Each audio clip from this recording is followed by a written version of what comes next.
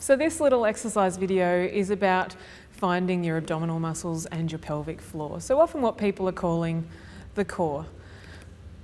There's a lot of things that come into when people are talking about the core. So what I'd like to do is come right back to basics and really explain what we're talking about with our pelvic floor and our abdominal muscles and the other muscles that work in synchrony with them, and how we use them and how they can be affected by pregnancy, and also why it can take a little while for them to recover after we've had babies. From there, we'll go into ways that you can start to find your pelvic floor and know that you're doing a pelvic floor exercise correctly and bringing in the key components of it, and then some variations that you can add and some progressions to those exercises. So if we think about first the pelvic floor, it's a group of muscles that forms the floor of your pelvis. So it travels from the front of your pelvis, your pubic bone, all the way through to the tailbone at the back. And it creates like a hammock underneath that supports the pelvic organs. So in women, they're your bladder, your uterus and your bowel. And so one of its jobs is that supportive role. But that's not the only thing that supports the organs. There's a lot of ligaments as well that support them. But one of its roles is to work all day and support things in that area.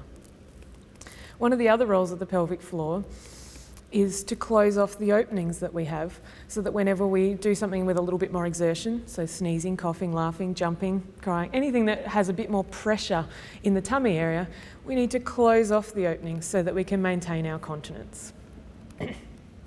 So the important thing for that part is that the muscles need to react quickly enough, they need to close off the openings with enough force so that we stay dry.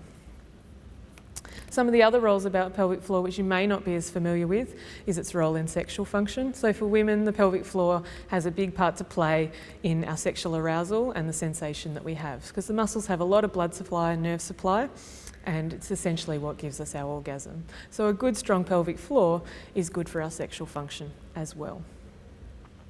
The pelvic floor also works with a lot of the deep supporting muscles around our pelvis, our abdominal region, our back, and supportive muscles around all our other joints like our hip joints, our knee joints, to provide stability for movement and control.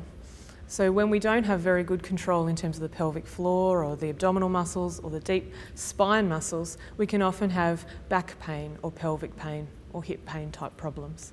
And these are quite common during pregnancy. The other thing that our pelvic floor generally has to do is, if we're pregnant, it also needs to assist us with the birthing process. So in that process, it has to undergo a fair degree of stretch, which can add to the things that affect the pelvic floor and its recovery after we've given birth. During pregnancy, the pelvic floor, and why you'll hear more about it when you become pregnant, it may be the first time you've heard about it is when you become pregnant, because it becomes more relevant at that point in time for you. So during pregnancy, we have the growing weight of our baby on our pelvic floor, plus all the extra things like the extra fluid, the amniotic fluid, our placenta, all that extra weight just being on that pelvic floor all the time. So it needs to have a stronger endurance role in supporting greater load in those pelvic organs. Under that extra load, it also means that it's working a bit harder when it needs to do its other functions. The other thing that affects our pelvic floor and the other supporting muscles is that we have hormones in pregnancy that make everything a little bit stretchier and spongier, which is fantastic because we need to accommodate the growth of our baby. We need to have things stretchier and spongier to give birth. But it also means that they're often working in a more stretched position, so it can be harder for them to do their roles as well or as easily as they did before. Okay.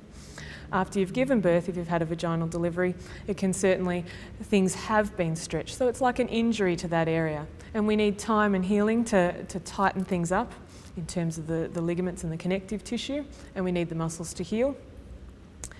And we also need to learn how to use those muscles in a normal way with less load on them again.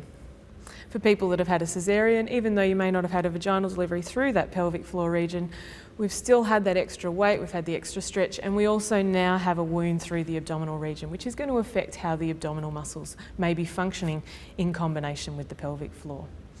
So it's a really important set of muscles, particularly for people in that childbearing year, pregnancy and beyond. And it's important that with any exercise that you do, that we're really looking at supporting that area, knowing that we're doing it well, and then using that as our base for further exercise.